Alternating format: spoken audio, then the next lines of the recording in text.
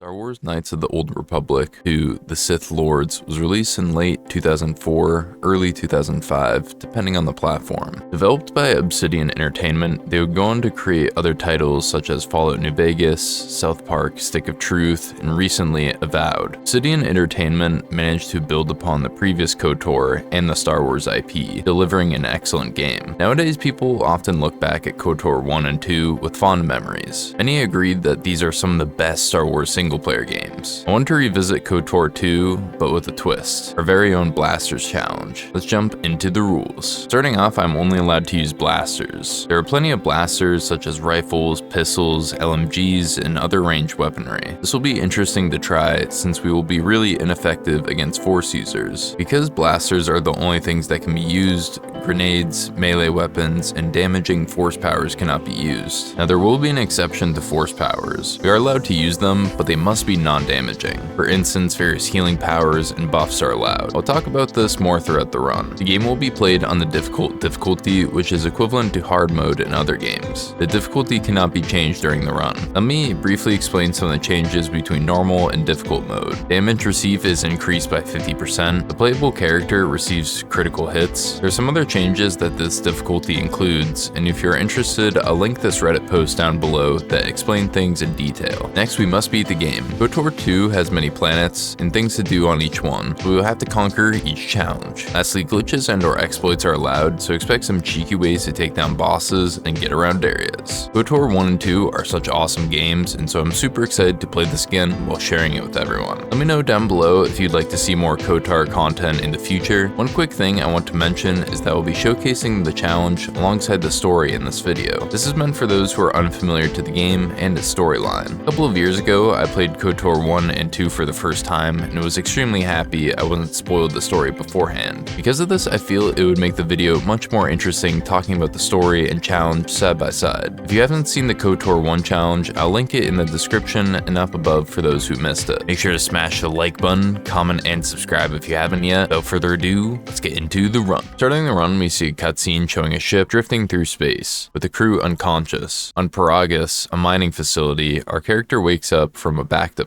Soon afterwards, I investigated, looted various lockers, and read from the terminals. In an adjacent room, there are multiple corpses lying on beds. Taking them out, one rises abruptly. Talking with her, we learn her name is Kreia. Right off the bat, she's extremely observant, questioning our past as we carry ourselves like a Jedi. We talk briefly, then come up with a plan to escape. Further in the mining facility, Kreia gives us a warning through the Force, showing us she is a Force user with the robes of a Jedi. We take on the various droids using the mining laser pistol that we recently acquired. This is a rather terrible weapon, but we'll get the job done in these early zones. Getting to the administrator's console on the mining station, we activate the override switch and investigate what it unlocked. Nearby, we can find Adden, a prisoner. We converse with him, asking how he got here. He talks about the state of the galaxy, Revan, and beyond. At the end, we release him from his cage. Next, we play as one of the astromechs and need to deactivate various systems hindering the main character. There are some other droids along the way, but we take them down with ease. Eventually, the emergency hatch is opened. Back with Adden and our main character, we learn the emergency hatch leads to the mining tunnels. The tunnels had endured a massive explosion, causing the area to be unsafe. Adden then hands us a comm link, and we set off to the tunnels. Deep in the mine, we find countless droids that mark us for death. This is a good point to start talking about the leveling system in the game for those who are unfamiliar. When the player levels up, a few things can happen. They are able to upgrade skills, feats, and powers. Skills are things like computer use, stealth, awareness, and so on. Feats are more specialized upgrades such as improving two-handed weapons, blaster proficiency, armor usage level from light to heavy armor, and beyond. Powers are Jedi and Sith Force powers. These range from powerful lightning attacks to speed bursts. Since we are not using damaging Force powers, a majority of these powers we will avoid. Lastly, the player can upgrade their character's traits. This includes dexterity, intelligence, and charisma. When I did the KOTOR 1 challenge last year, I ended up mismanaging my stats at the beginning of the game, then learned of my mistakes, correcting my stat levels as I progressed through. Initially, I had upgraded strength a fair amount. I did this for a few reasons. I figured weapons like the repeating heavy cannon or weapons similar would need a higher strength stat just to wield. I also play a lot of the Souls games, where upgrading the strength stat boosts your physical defense. While this wasn't the case, and as I went through, I learned how not necessary upgrading it was. Both this challenge and the challenge for the first game are my second playthroughs ever, so I wasn't as knowledgeable about optimal builds then. During this playthrough, I really started to understand the mechanics and get a good build. The last thing I'll talk about in the section regarding leveling is in the feat section. There are some really useful upgrades for blaster builds. This one upgrade, there are 7 levels to it, each massively increasing blaster damage. These specific upgrades were non-existent in the first game, so we will have to see how they fare in this one. Progressing through the facility, we come across a dead body with an HK unit standing nearby. Talking with the droid, we learn more about the mining operation and the workers. The droid coughs up some intel about a voice-locked console function set in place by this dead worker. We will need to search the area and beyond for more clues. Returning to Aden and Kreia, we converse with them, talking about what we found in the other areas. This part brings back some dark memories. We get to use a spacesuit and go on the walkways around the outside of the facility. There was a section in the first game where using the suit was super slow, at least like a quarter to an eighth of the speed. Needless to say, it was brutally painful. Thankfully, the devs must have said, yeah, I just don't want the players to do a walking simulator again, and just buff the player's speed like crazy. I do really enjoy the first game, but that is one section I really dislike getting to. Ship eventually comes into view, and we get this badass cutscene with Darth Sion, the Sith with so much rage and anger, he uses it to keep his shattered body intact. Further in the area, we come across multiple corpses and a locked door with a combination lock needed to progress. I have to say, it's really awesome to explore around the world, learning about what went down and looting to get better gear. This area, for instance, was both interesting yet sad to go through. We learned at the beginning of the game that a poisonous gas went through the facility, killing nearly everyone. This was one of the main areas to be hit, since this was the dormitory section where people were housed. Tablets can be found with audio or typed messages, some of which are brutal. KOTOR 1 and 2 does a pretty good job at making the player feel immersed in the game and Star Wars. This is one of the ways it accomplishes it. Once we find the sequence needed to unlock the door, Kreia warns us of the impending danger coming our way. We must reach the Ebon Hawk if we are to escape in one piece. Linking back with Aden, we talk about escaping in a ship that recently entered the facility. We are cut off when that HK unit from earlier shows itself. The droid reveals that it killed the people within the facility using its voice modulator to mimic the maintenance officer's voice, causing the droids to kill the workers. Now it must do the same to us. All 3 of us team up and blast the fool into a million pieces. Looting its body, we recover a piece of an HK unit. This will be handy later on. Hopping aboard the ship, we find multiple Sith assassins come to greet us. These guys weren't the toughest, but they would definitely surprise you from time to time. After getting to the command console and acquiring the data we need, let's now escape on the Ebon Hawk. Fortunately, not quite yet, since Darth Sion shows himself. Kreia tells us that she can handle him and run along, as she won't be far behind.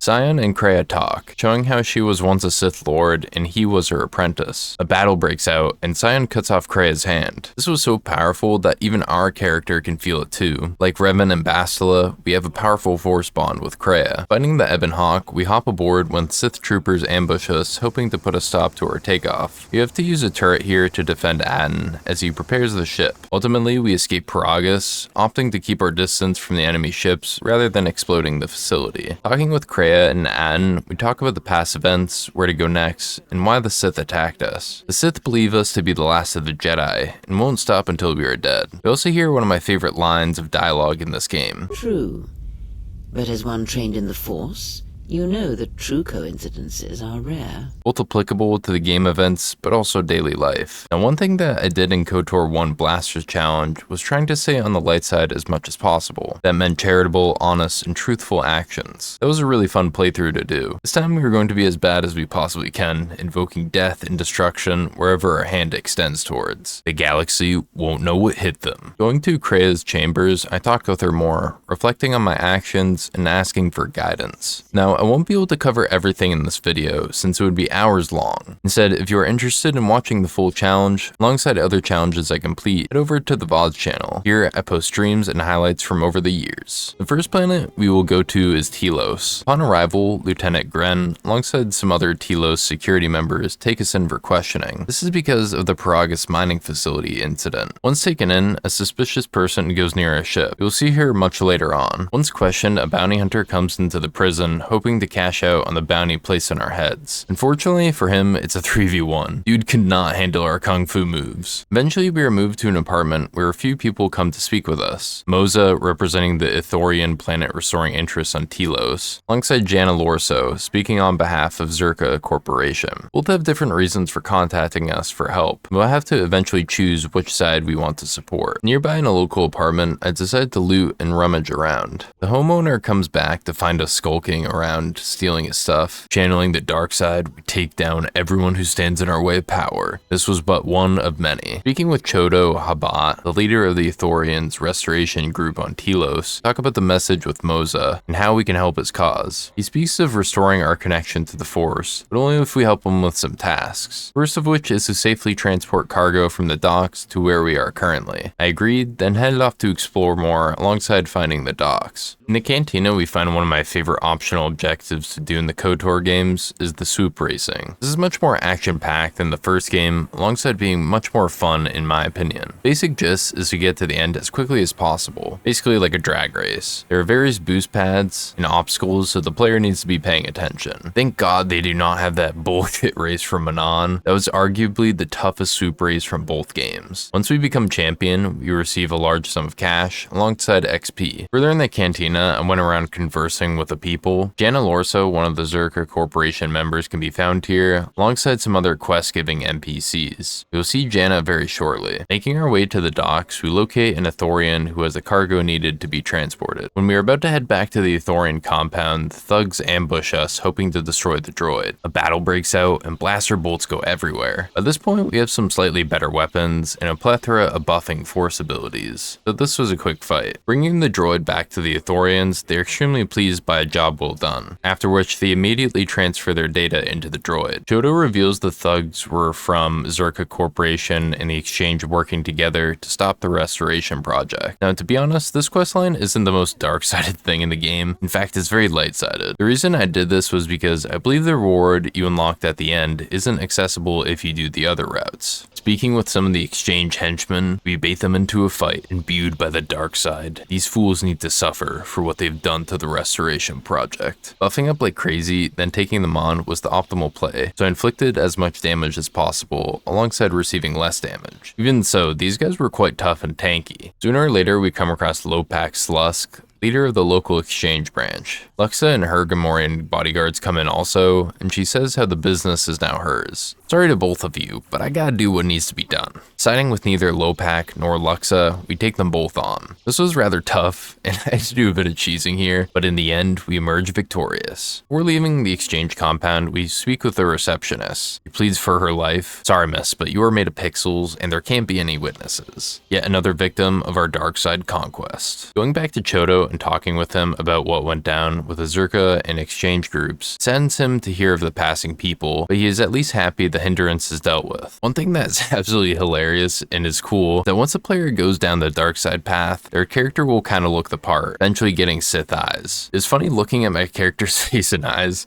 thinking of how this dark and evil dude can engage in dialogue with this average citizen. I'm sure if anyone saw this dude, they would be like, yeah, sorry, I gotta take off and feed my Giza and then dip. Let me know down below your thoughts on this. Because we got the cargo, aka the droid from earlier, we were able to do this droid-only mission. We need to sabotage the Zerka Corporation's data storage by transferring the data to this droid. This was interesting, but not the most fun mission. In the end, Chodo allows us to use a shuttle to get to the planet's surface. This is a big risk for him, since entering the planet's surface without permission is illegal. My lord, is that legal?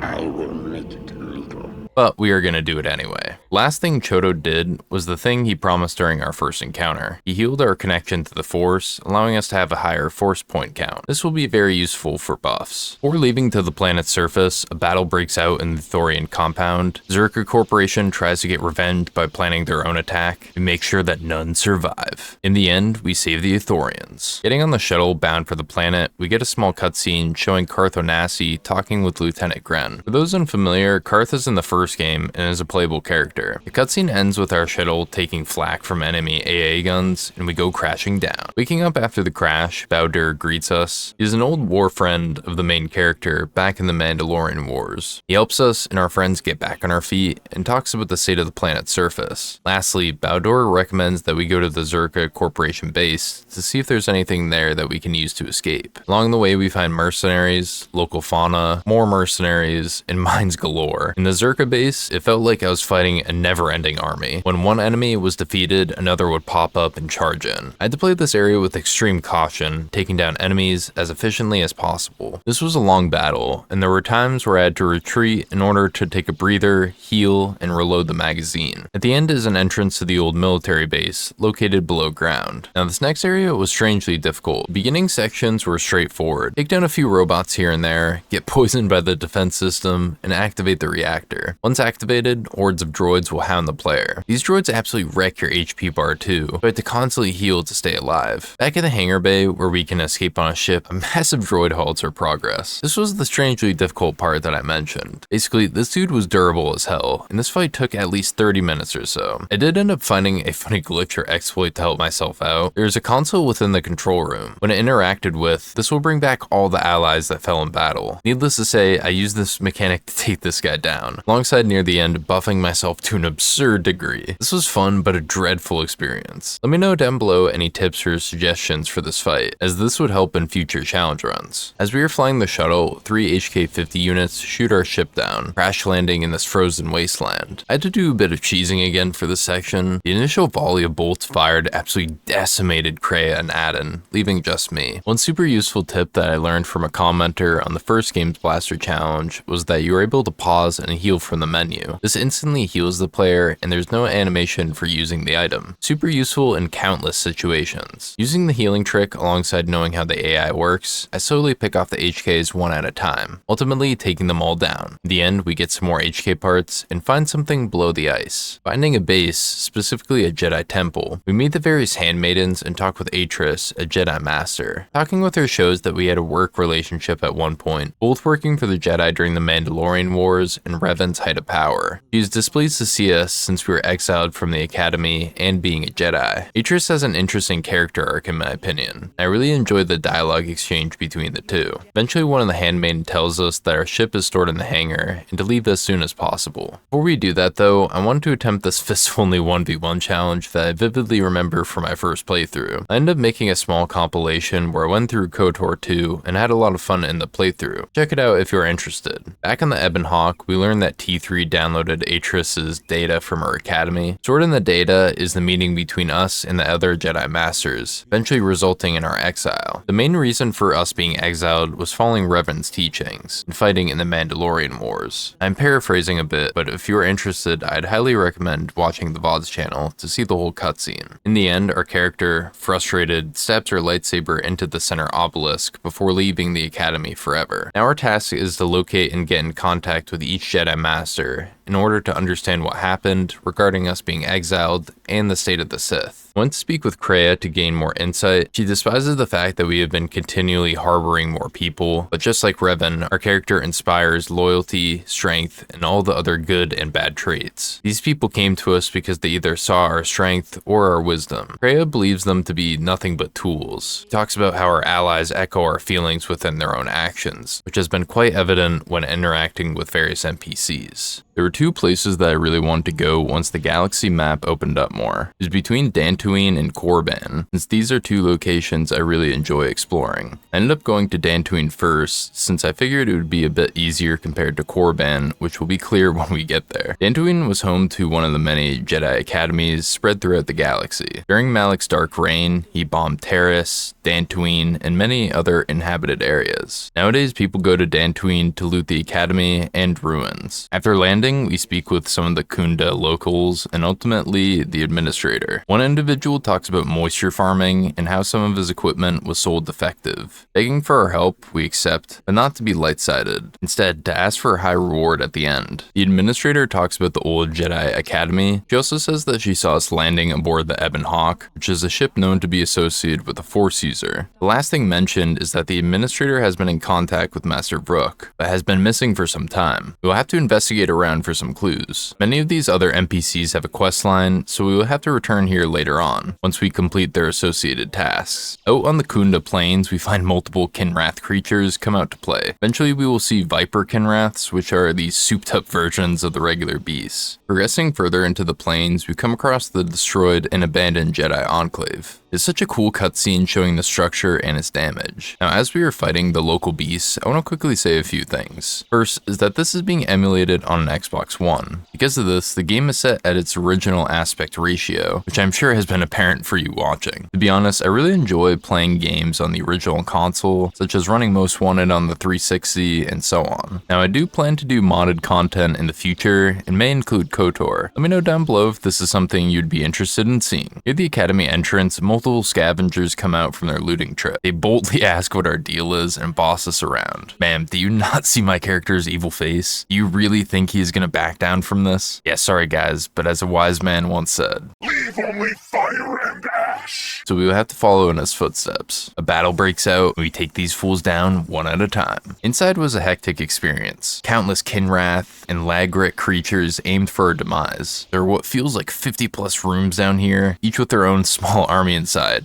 waiting to pounce on us. Further in, we can find Joran, one of the scavengers that was with that party we killed near the entrance. We confront him about selling Silurio, effective moisture vaporator. He tries to brush it off. This con artist will pay for this deception with his life. It was kind of funny, but in my KOTOR2.exe video, I actually let Joran go, where there were these Lagrit creatures around, and let's just say it was just karma for him. Deep within the lower levels, the game did not let up on the difficulty, with enhanced beasts nearly everywhere. I opted to take these areas a bit more cautiously, buffing myself as often as possible for extra damage and defense. Eventually we come across someone down this deep in the academy. He reveals himself to be an Asorian and scientist working for the Republic. I love democracy. I love the Republic. Then we converse with him about the Jedi and past events. On some corpses in the room, a datapad can be found talking about mercenaries trying to capture Master Vrook and take him to a nearby cave. As we are leaving, thugs ambush us, hoping to take us down. I guess the mercenaries, thugs, and people haven't seen the long trail of bodies left in our wake and think of us as easy pickings. Outside of the Enclave, we finished one of the quest lines for one of the scavengers, receiving a nice XP and cash reward. In the Kinrath caves, we spawn an individual walking amongst them unharmed. Unfortunately for us though, they notice us near instantly. We gotta fight our way through the tunnels. Up one of the path is multiple mercenaries holding Master Vrook hostage. Once defeated, Vrook and our character talk, and he's clearly not thankful for our actions. One of the dialogue options is pinnacle sarcasm, and it was kind of funny to choose that. Vrook ultimately is right, we did save him, but there is impending danger to Kunda. The mercenaries are allied with the exchange, and plan to attack at any moment. Must rush back to the base. Leaving the cave, we spot that guy from earlier. Talking with him, we get to understand how he is able to avoid the creatures. For some reason, he lets us hold the item that he is, avoiding those creatures with, and let's just say, yeah, we did not give it back to him. See you later, sucker. Well, karma came to bite me in the ass, since a full platoon of mercenaries were deployed outside the cave entrance. These guys shredded my health bar, so I had to cheese this fight a bit, taking off enemies one by one from afar. Returning to Kunda, we speak with the administrator, Master Vrook, the various security force members. The administrator asks for help in defeating the mercenaries. Thankfully, they still need to gather their forces, so we have plenty of time to prepare for the battle. Make sure that the turrets are functional and online, then heal the wounded militia soldiers. I ended up getting myself stuck in this corner after I fiddled with the workbench a bit. It was something new I found. It was quite funny. The last thing I did to prepare was activate a few of the defense droids in an adjacent room. With our defenses set in place, we speak with the lieutenant outside, reinforcing the plan. Make sure that the troops have been talked with and give them an inspiring speech for them. This ultimately raises their willpower and drive for victory. This was a really cool cutscene to watch. The mercenaries come for the base. There's a small cutscene of them attacking outside the base, but they eventually breach inside. One of the main leaders of the mercenaries brags about being trained in Malak's school and has this nasty scar alongside his face, clearly a formidable foe. He definitely proved himself in combat, dealing massive damage to me with each shot. I had to use that trick I mentioned earlier regarding menu healing to best combat this tough adversary. Soon my comrades joined the battle. We wailed on the remaining mercenary forces. Sooner or later, we drive the mercenary forces away and earn the respect of the Kunda citizens. Talking with the administrator and Master Vrook,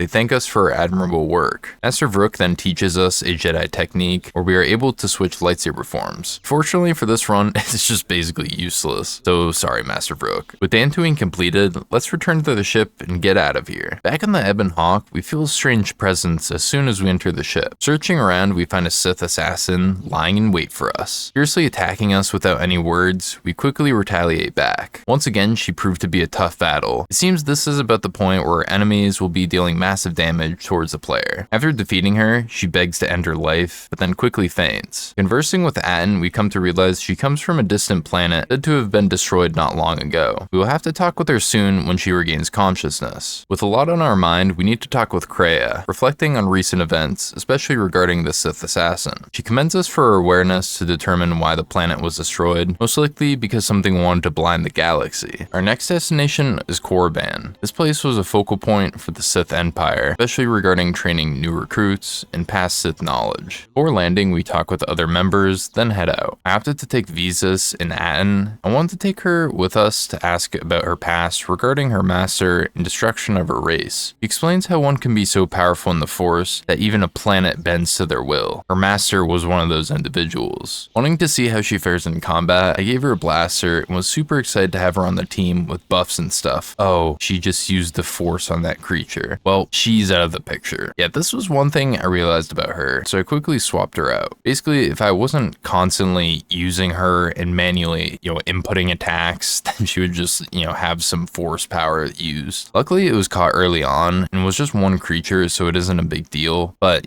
now we know. Now, this was helpful though. It meant that the other Force users I need to be careful when upgrading them, making sure to not unlock damaging Force powers if I want to use them. Now, Visa starts with these Force upgrades without actually leveling her up, though it will always be in her base kit. Kreia, on the other hand, we've had from the beginning, and so we've never really had to worry about that. In Korriban, we can find many different creatures, from these Force-resistant hisses, these Shiraks that fly around. End up going through a nearby cave to explore and loot its contents. Inside are numerous beasts that were quite deadly. At the end of the cave, multiple Sith assassins can be found. This was about the point where my game decided to crash. This was a bit frustrating to say the least, since at least like 15 plus minutes worth of progress was lost, but at least I knew what to do in the caves at this point. This was the only crash I believe I had in this run. I remember in my first KOTOR 1 playthrough, the Force Lightning would freeze my game all the time, so this was a bit nicer, just once compared to like 15 plus times. Eventually we end up in the academy and get a quick cutscene. Darth Sion commands his troops to find and kill us. As we enter, plenty of deadly Takata converge on the entrance to greet us with claws and teeth. Fighting through the ruins of the old academy, we go around looting the remaining contents. Few datapads can be found here. The first talks about the login information for new students and refers to the training room alongside various consoles. Second is from this Twi'lek treasure hunter trying to get past a sealed blast door. We'll need some powerful explosive or to flip a switch if we want to enter the room. Finding a nearby console, we interact with it using the login information provided by the previously mentioned datapad. To access higher level rooms within the academy, the player is required to take a 5-question test. These questions range in difficulty. One could be asking which Sith Lord is not entombed on Korriban, but then recounting the core Sith tenets. This was one thing I really enjoyed when going through the game again. These small details really make you feel immersed in the game. With the quiz completed,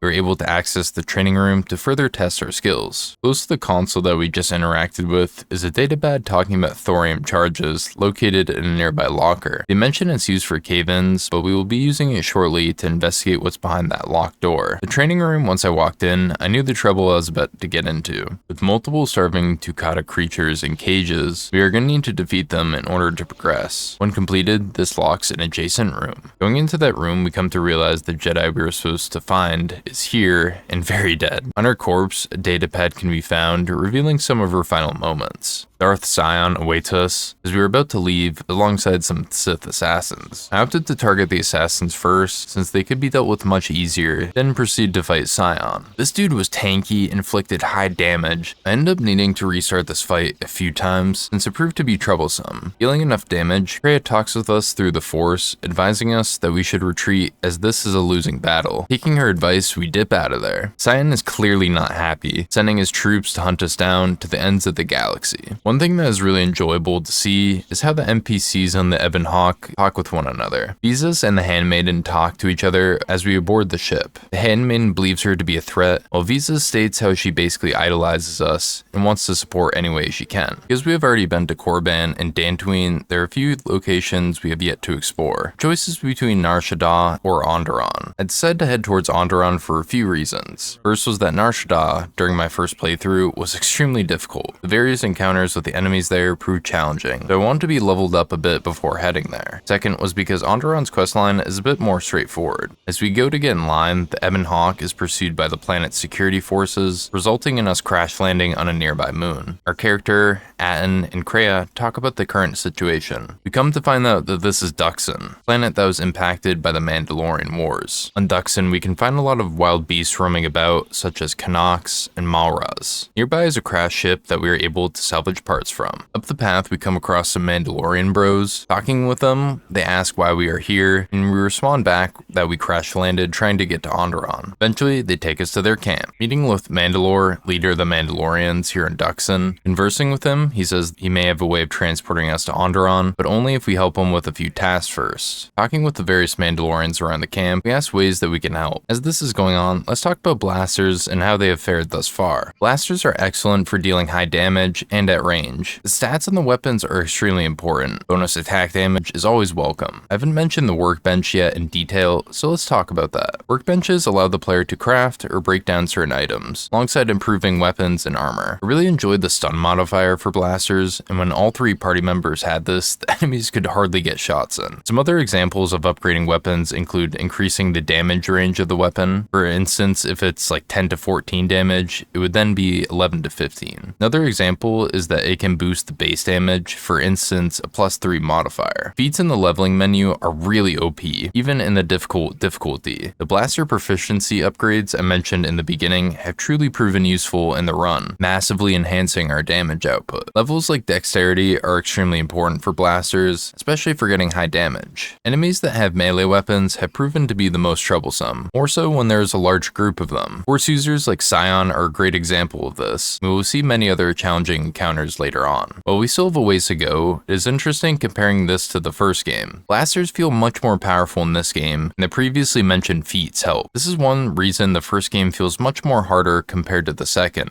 The last thing I'll mention here is there are different damage types that are useful in various situations. Ion for droids, energy for humans and creatures, lastly, unstoppable damage for enemies with shields. KOTOR 2 improved many things from the first game, and one thing was hot swapping weapons much more easily and efficiently. I could go on and on about this since there are so many aspects of blasters, but I don't want to slam everyone with information and bore them. Subsequently, I went around the jungle completing the various tasks the Mandalorians gave us. First was finding and rescuing a Mandalorian that hasn't checked in for some time. This was a pretty funny questline. The Mandalorian is quite embarrassed he can't take down these beasts, since he ran out of ammo and was stuck there for quite some time. Second, I went to the outskirts of this map to fight a Zakeg, this large beast. Fortunately for him, I buffed myself to an absurd level, and before he could even get close, I said, "Laugh while you can, lizard breath." Yeah, this beast got wrecked pretty hard. Kelborn. He mentions a crashed ship landing nearby that he tracked, and asked for our help in taking down the crew. We accept without question. The Dark Lord of the Blasters never says no to a gunfight. There are a few groups of the crew scattered about. We go through them one by one until we regroup with Kelborn. He thanks us for a job well done, and says he will relay our efforts to Mandalore. Lastly, as we traveled the jungle accomplishing the various other tasks, we took down some Canucks. Few of them had these items pertaining to the broken wires in the camp. With them back in our hands, the Mandalorians are now able to repair the damage. In the camp, I turned in the quests associated with each NPC, then talked with Mandalore. He's extremely happy to hear of our progress locating the lost Mandalorian, alongside defeating the Zakeg. Because of our work, he is going to head to Iz's today with us.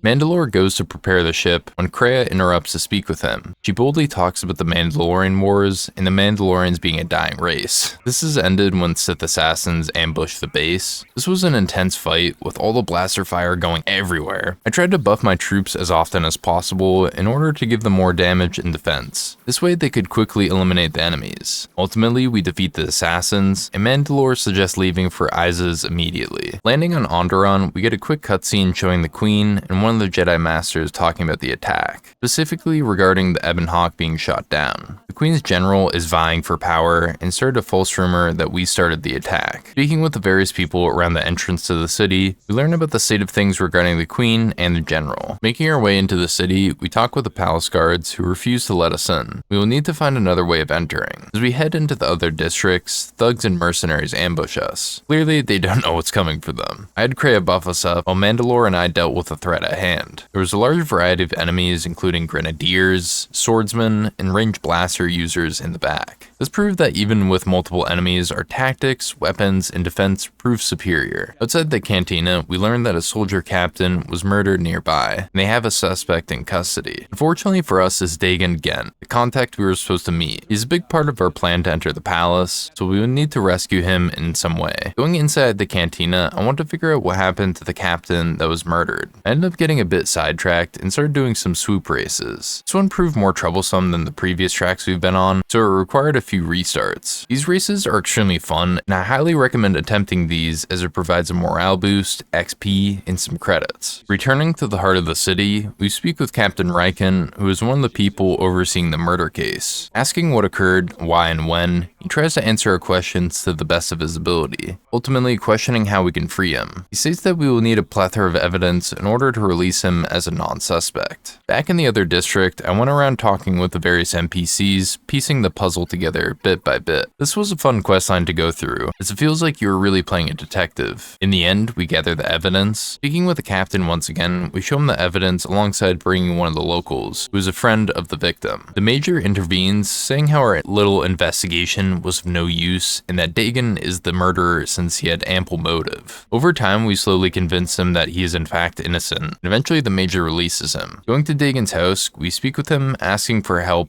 in finding the Jedi. He says scavengers looted his encrypted holodisks, so we will need to find those if we want his help. Inside the cantina once again, well, I went full guns a-blazing. One of the main thug leaders here has the items we need to give to Dagan. There are so many enemies here, and Backle absolutely destroyed Kreia and our main character, so I had to resort to using Mandalore and firing from range. Sooner or later, we were able to set up the meeting with Master Kavar, the Jedi that was inside the palace with the Queen. We ask about her banishment when we are suddenly interrupted by Vaklu troop reinforcements. As always, I use Kreia as our support character, constantly buffing our character alongside Mandalore. At this point, we have definitely experienced the power of blaster weapons when optimized with certain feats, attachments, and levels. With General Vaklu charging at us, we are required to leave Izes and return here later. We'll come back soonish since we are fairly close to beating the game. Returning to Duxon, Mandalore says he wants to come with us on this journey, and we'll have Kelborn stay in his place here for the time being. This is great since Mandalore acts similarly to Canderous in the first game regarding the various built-in stims. Nar Shaddaa is one of the final areas we will travel to in KOTOR 2. This has been an awesome journey, but not as awesome as you subscribing to the channel. I like to post various challenge runs on Soulsborne, Star Wars, and Need for Speed games, alongside other ones. Shorts are posted daily for those who are interested. Now, let's get back to the run. A cutscene plays showing a room filled with various bounty hunters. Goto, one of the leaders in charge, tells the bounty hunters to stand down and let us roam free for now. Talking with our crewmates, we eventually set off to explore Nar Shaddaa. We help one of the citizens, and then Kreia shows us how actions can have unforeseen consequences. In this instance, since we help this individual, giving them money, another is jealous and steals their loot. We say there is wisdom in our words, and ultimately we gain influence with Kreia. Going around to the various shops and districts, we speak with the various people, learning new things and gaining additional quest lines. The main quest line has the player recover a stolen droid from a local merchant. Nearby is a swoop race shop. This was a super interesting event since the droid was programmed by the shop owner to perfectly beat the track without flaw, making things impractical for a non-droid. Sabotaging the droid, we were able to eventually attempt the track. This was another awesome track. We beat it on the first try, becoming the champion. Finding the droid that we need to acquire from the shop owner, we share some harsh words with him, who ultimately hands over the droid for free. As we enter a door to one of the adjacent districts, two Twi'lek bounty hunters stalk us from behind, showcasing how all of our actions here are being watched. Getting to the refugee section, we talk with a gang that has been terrorizing the locals. We share some harsh words, and then a battle breaks out. These fools need to learn what it means to deal with a blaster lord.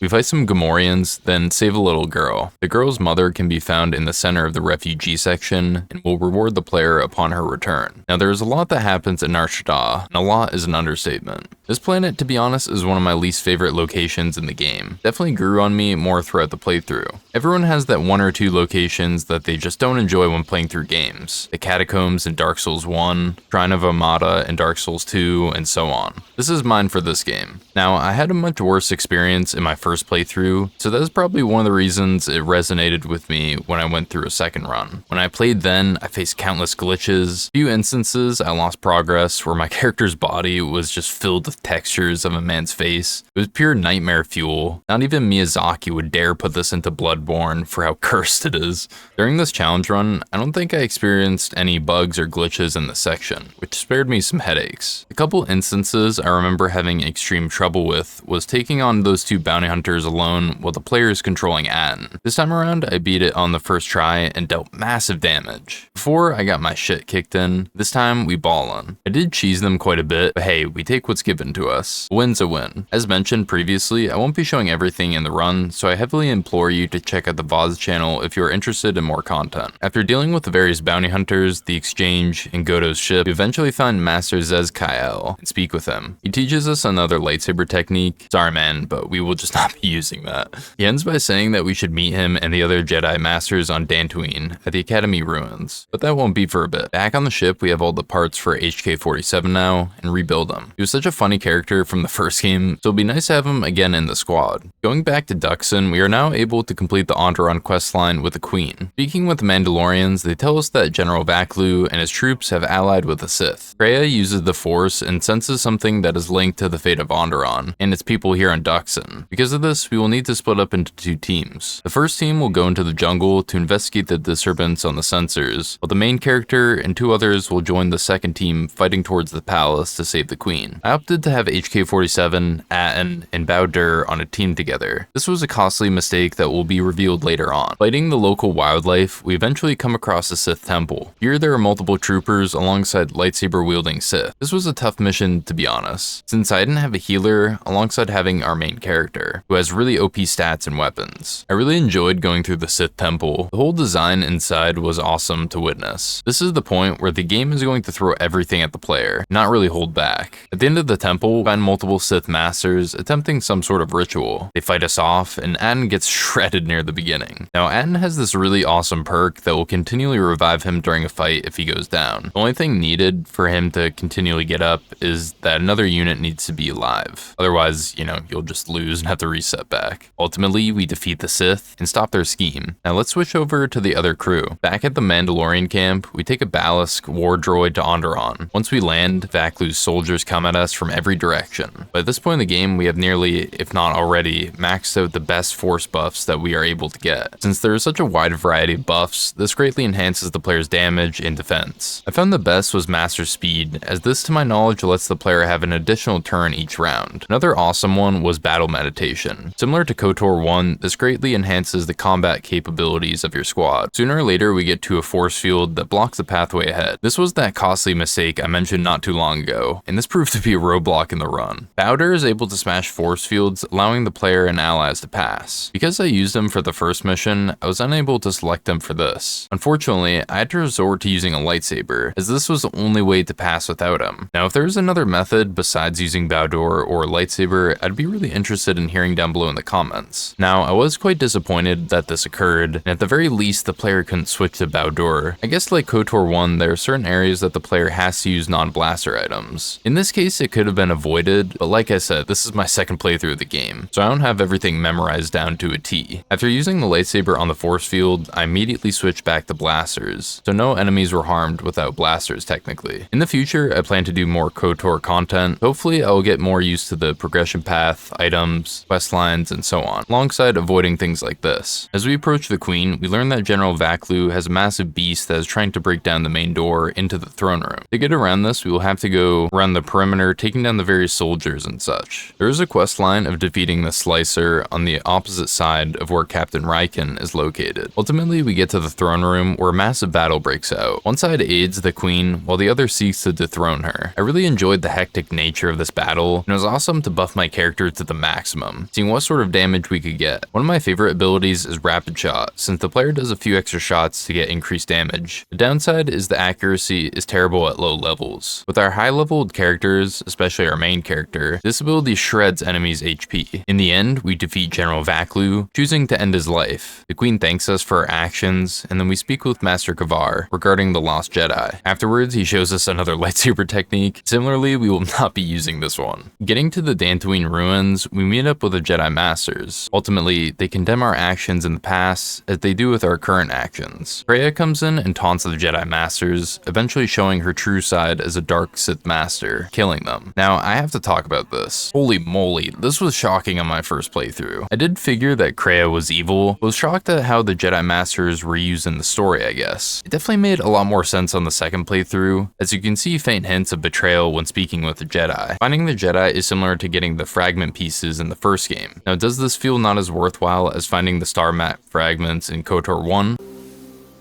Maybe. But even so, I've come to appreciate this story a lot more through a second playthrough. A few things that grew on me as I went through was the story and improvements from the first game, such as combat and NPC interactions. At the end of the video, I will quickly conclude with some final thoughts between the two games. I'm really curious to hear below your thoughts on the Jedi Master's quest line, alongside which KOTOR game is your favorite. Back on the Ebon Hawk, we talk with Adden and Visas, telling them what occurred with the Jedi Masters and Kreia. Visas comes to our quarters and expresses concern of our next battles ahead. She tries to warn us of her master, wanting to not actually engage with him, but we are going to need to do it anyway. We are the only dark Sith Lord of the galaxy. Kreia tempts Atris with a dark side, and then they exchange some words. Atris then attacks our handmaiden ally as we land shortly afterwards. So we step in and put an end to this charade. Buffing up to a crazy degree, we end up taking down half of Atris's health with just 4 shots. This is the point where we are pretty damn overpowered. I mentioned earlier the feats and how there are a lot more blaster upgrade options